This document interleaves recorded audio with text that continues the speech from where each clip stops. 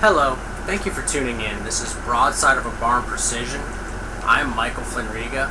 I recently founded this Facebook page and also YouTube channel to hopefully educate newer shooters and also to document my upcoming education and learning about competitive shooting, precision rifle, and kind of share some of my misfortunes, accidents, frustrations, and provide them to y'all to see if you can learn from them or maybe use them and use as a training structure for y'all. I recently got into shooting about 3 years ago. I bought my first rifle, which was a Mosin Nagant $100 pawn shop special.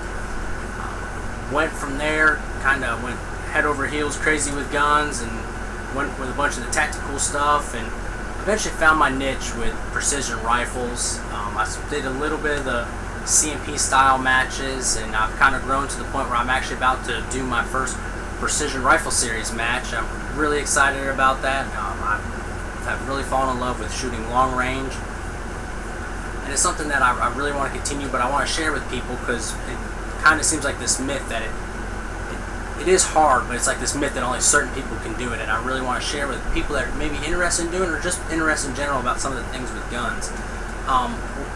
What we're going to do is we're going to go over some of the fundamentals, kind of some of the fundamentals I learned, and some really basic ones that are kind of as being a paramedic, as you can see, as being in an ambulance at the moment. That the 3 a.m. rule always applies. The simplest thing is the easiest to remember. The biggest thing, though, that you need to remember with fundamentals is safety. You need muzzle control and trigger control with that. Never put your finger on the trigger until you're prepared to pull it, and also always know where that muzzle of the firearm is pointed.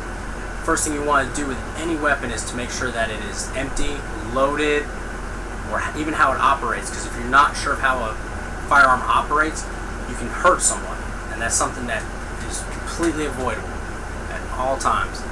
The biggest thing you want to do is, again, make sure the chamber is clear. You want to visually inspect it and also physically inspect it. You want to open the bolt. You want to open the bolt. You want to look down the barrel. You want to look into the chamber to see if there's a round in there. One of the biggest safety features that you can use at this point is to use a chamber flag, because at that point everyone around can visibly see that there's a yellow or orange chamber flag in there and that nothing else can be there at that time, and that weapon is safe. But even with an unloaded rifle, you still always want to maintain good muzzle control or muzzle direction where that's pointing. There's varying forms of education out there. There's NRA instructors, Boy Scout of America instructors. There's a lot of different people, and I am in no form anyway an instructor. A lot of this I'm just trying to share to you or is just life experiences or range experiences, and just some stuff that maybe you can use to avoid. So I'm going to preface that with saying that I'm not an instructor, but these are just some of the basic things that I've learned, that I've committed to memory, and would like to share to y'all. Again, going with NRA instructors, I believe I was told there's 7 fundamentals of shooting. I believe the Boy Scouts break it down even more. The 2 biggest things with shooting to remember is sight alignment and trigger control. With sight alignment, you want, if it's iron sights, the alignment of the rear sight and the front sight. And the biggest thing with that is the fact that where you're looking is where that muzzle is going to be pointed. And trigger control. If you start pulling the trigger really fast, you're actually going to start moving the gun. Because anytime you have an action, action is always faster than reaction. So if you start pulling the trigger so quickly, you can actually start moving the gun before the bullet leaves the barrel. So that's why trigger control is one of the 2 fundamentals that I've committed to memory, and I really believe that the 2 fundamentals of sight alignment and trigger control are going to be the most important, because the brain can do only 2 things at a time, and being able to commit 2 things allows you to focus on doing 2 things at once. So again, sight alignment and trigger control. You really want to focus on your sight picture if you're using optic, or your sight posts if you're using iron sights, and your trigger control. Generally what I do, when I pull the trigger, I'll generally hold it, if it's a bolt gun, for a second, confirm my sight picture to see if I have splash, which is where you have dust, or you can visibly see where the bullet went if it went off target, or if you hit the target. Or if I'm using it like a semi-automatic rifle, particularly my AR-15, after I pull the trigger, I'll wait a second and slowly let it out, and you can actually feel when the hammer re-engages. Well, not necessarily the hammer, but you'll feel where it re-engages. You'll have a distinct click as you slowly let it out. And again, it works in reverse. Right before you pull it, you want to have a steady. Now, I almost want to say you want to push it, because when you start pulling on something, you think about jerking it. When you push on it, you think about just steady force. So again, the two fundamentals are just sight alignment and trigger control. The other kind of basic thing I wanted to talk about is MOA. We always hear about MOA rifles, Savage, Tikka, Remington, all these, that they guarantee MOA accuracy. And why is that important? And then you'll see if you hunt with an optic like a rifle scope or such, you'll see that it may be listed in 1/4 clicks to adjust it of MOA, or minutes of angle. And in later videos we'll go into what that is, but we're just kind of going over what is important about MOA.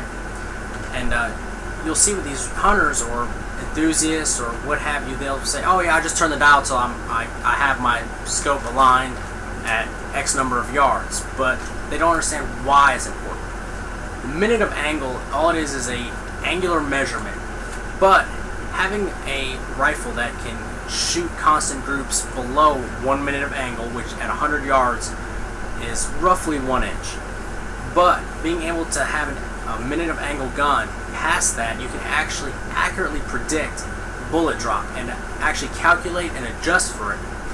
But if you have a rifle that is constantly shooting outside of that, where you have a larger spread, you lose that ability to accurately predict where the bullet's going to fly, where it's going to impact, and again, kind of goes back to safety. You lose the ability to have good muzzle control because you're not sure where your projectile is going to land.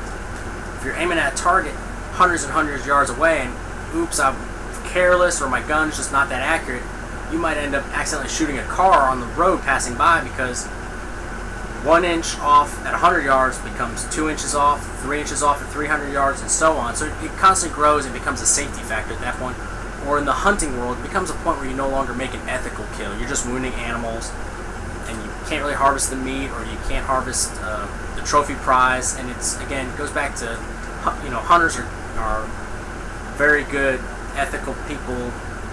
Just went blank on the word, but they are the largest conservation people out there, so ethical kills are very important to them. Some of the upcoming items I have are basic videos of minute of angle, MILRAD, just fundamentals of shooting. I'd also like to get some of your input with the comments below or on Facebook. Some of the matches we have coming up is at Creekside Firing Range on June 7th. Hopefully Sean Kennedy, my cousin, will shoot with me. He's talked about it, but we're not sure. But I will be shooting it. I've shot this match before. There'll be pictures up on Facebook. I actually built my Tikka T3, which is in a chassis system. I took that rifle out there without even having a zero on the optic, where I was unsure where my impact was. And after I finally got my zero dialed in, I was actually able to make several hits and become somewhat proficient at it. I've been practicing, so hopefully on June 7th at Creekside, I will actually be much better. I'll post a scorecard from them. Also, I have my first Precision Rifle Series match, the PTS match up in Cookeville, Tennessee on August 2nd and 3rd. Hopefully, I will be able to have some form of a camera to bring with me at this point, that I can actually film some of this and maybe share it with you, especially for new shooters, being able to share my experience, what I could maybe do better, what a new shooter could expect or do better. And I'd really like to hear from you and what, as possibly new shooters, new people to competition, or just generalized questions. I'd really like to hear your input. Maybe we can turn this into a QA form as well, not just education or not just review.